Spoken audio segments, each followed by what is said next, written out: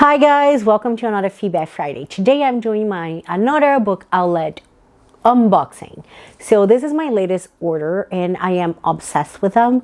You find surplus books at very reasonable price. Some of them is like a hardcover for $3, but you find books with like deep discounts and they often have deals. I have a link down below if you wanna, I think $10 off your first order. If you use that link, I will get an incentive, which is just points that I can use towards my next purchase, but you don't have to use my link at all. But you should definitely, if you live in Canada or the United States, you should definitely check Book Outlet because you're going to be obsessed like I am. Talk to you soon.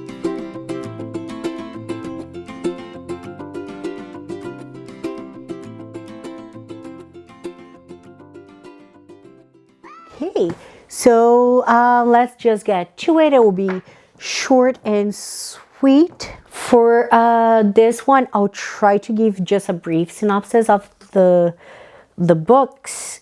As I read them, you can find my reviews on Goodreads and Instagram. And again, I hope that you can make it to the end of the video because that helps my channel grow. And if you can and haven't already, please subscribe to my channel. If you're so inclined, even click that notification bell because then you're gonna know every time I post videos because that's not very often these days. But more than that, that really helps my channel, as does liking and commenting on this video and watching it to the end. But without further ado, let's get to it. The first book I got was this, Later by Stephen King. If you know me, you know I have a very unpopular opinion that I do not like Stephen King. Why don't you like Stephen King even though you love his movies? Well, because the guy can spend 5 pages describing the sky is blue. I just don't like his writing and his narrative at all. And I think I don't like passing judgment on a person. But the jury is still out. I don't know if he uses his characters to safely share his true misogynistic and racist views, or if he uses them just because it would make sense for the character and it's a backhanded criticism at society. Let's just say that some of his views make me uncomfortable. He is very much an 80s man, and his books are longer than they needed to be, even though they are brilliant. Don't get me wrong, his ideas are brilliant. I think he is a master. I just don't like his writing. So most of the times, I will just watch the movie. That being said, I have read some of his books and I really liked. I liked Carrie, Pet Sematary. I think I even read It. Don't ask me how, but I'm done. That is, I was done until later. Not only because there's a buzz about it, but just the premise of this book, like, just got my interest. We have this little boy that we follow until he grows up, and he can see dead people, and dead people can't lie. So we follow him in his journal, not only seeing people, and it's almost like a coming of age book. We see he grow comfortable with his unnatural ability, and then the police thinks it would be a great idea to use, you know, a child, a person, to catch a serial killer who has threatened to strike from beyond the grave. So it has elements of horror, elements of thriller and mystery, and I'll save my opinions on this book for later. I have already read it. I read it as an ebook from my library, but I needed to have, because, you know, this might be the latest Stephen King book that I actually do like. So yeah, see how I did that? I'll talk about it later. The next 2 books I have, I bought them as professional development for work. And they tie in with some personal things as well. The first one is Raising Your Spirited Child. And it is a book by Mary Shitty Karsinka.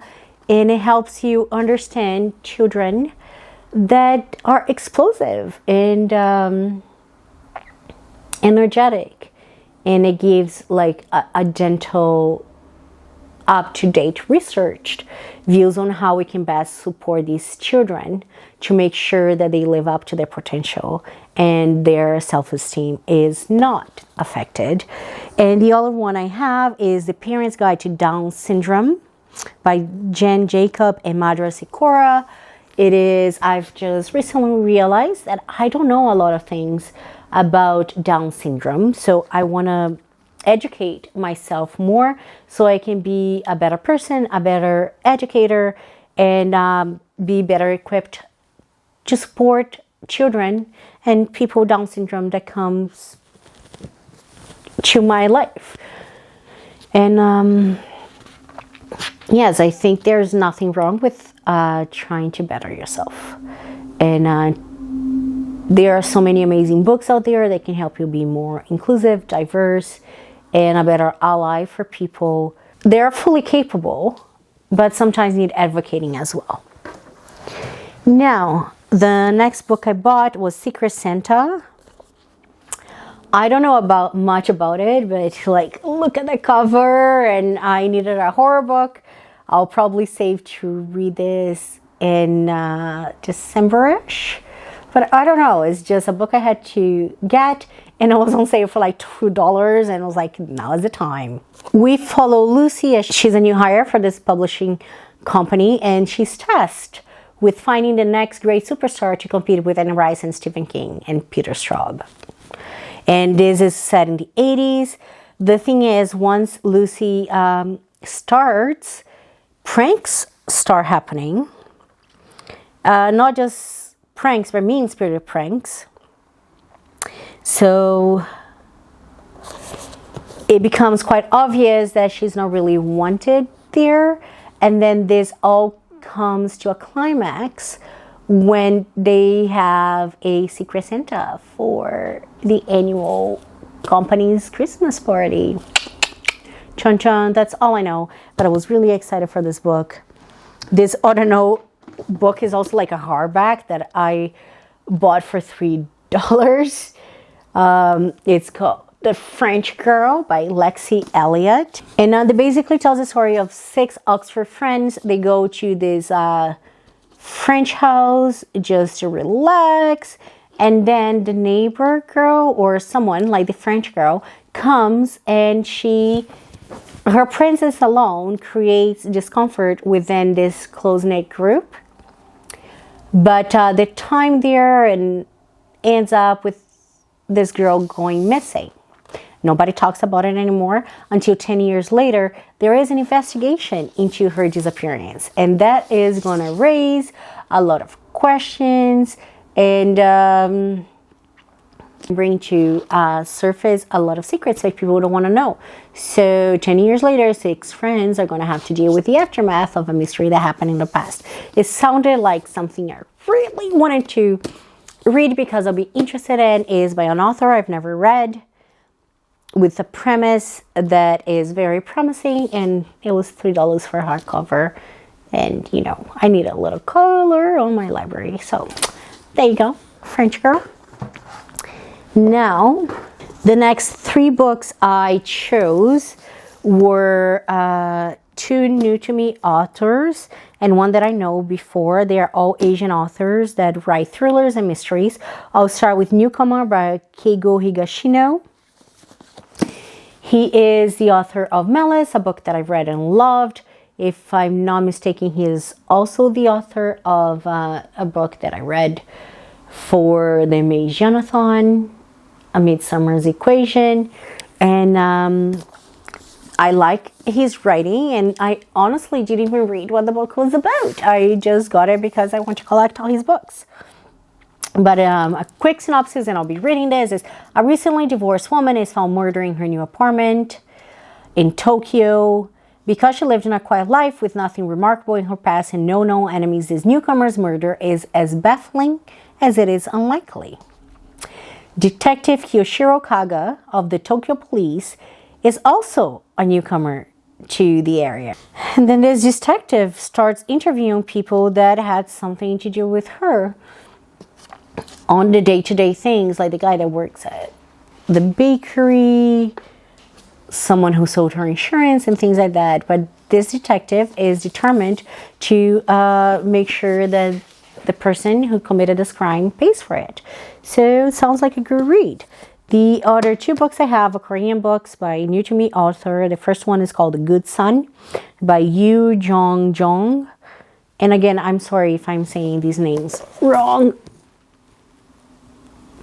We follow 25-year-old Yoo Jin, who one day wakes up and he can smell something very metallic.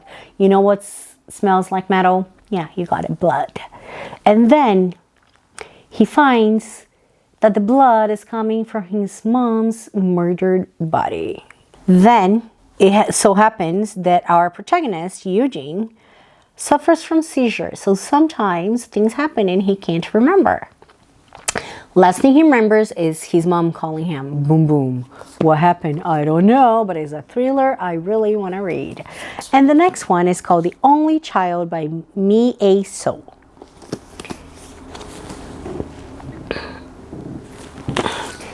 And this is another Korean thriller. So we follow criminal psychologist Song Kyung. And she is given the opportunity to interview this serial killer. He has committed some gruesome murders. And she is privy to a lot of grisly details of his crimes. It so happens that around the time that she's interviewing the serial killer, her stepdaughter, which is her husband's daughter from a previous marriage, who up to this point was living with her grandparents, moves in with them because the grandparents passed away. As our protagonist starts to getting to know her stepdaughter, weird things start to happen, and she starts to draw the parallel between this child and the serial killer that she has been investigating. So that's all I know about this one, but it sounds very awesomely psychological. So I can't wait to get to this, and hopefully I like the writing style. Hopefully the translator has done it justice, and that's going to be a new favorite author. I mean, I already fell in love with Japanese mysteries. I love Korean horror movies, so I have high hopes for these Korean thrillers. And that's it. That's my haul for Book Outlet. What was the last book you bought? If you made it this far, I really appreciate it. You can either comment down below or leave me a book emoji. Talk to you soon, and please, until next time, be the hummingbird. Bye.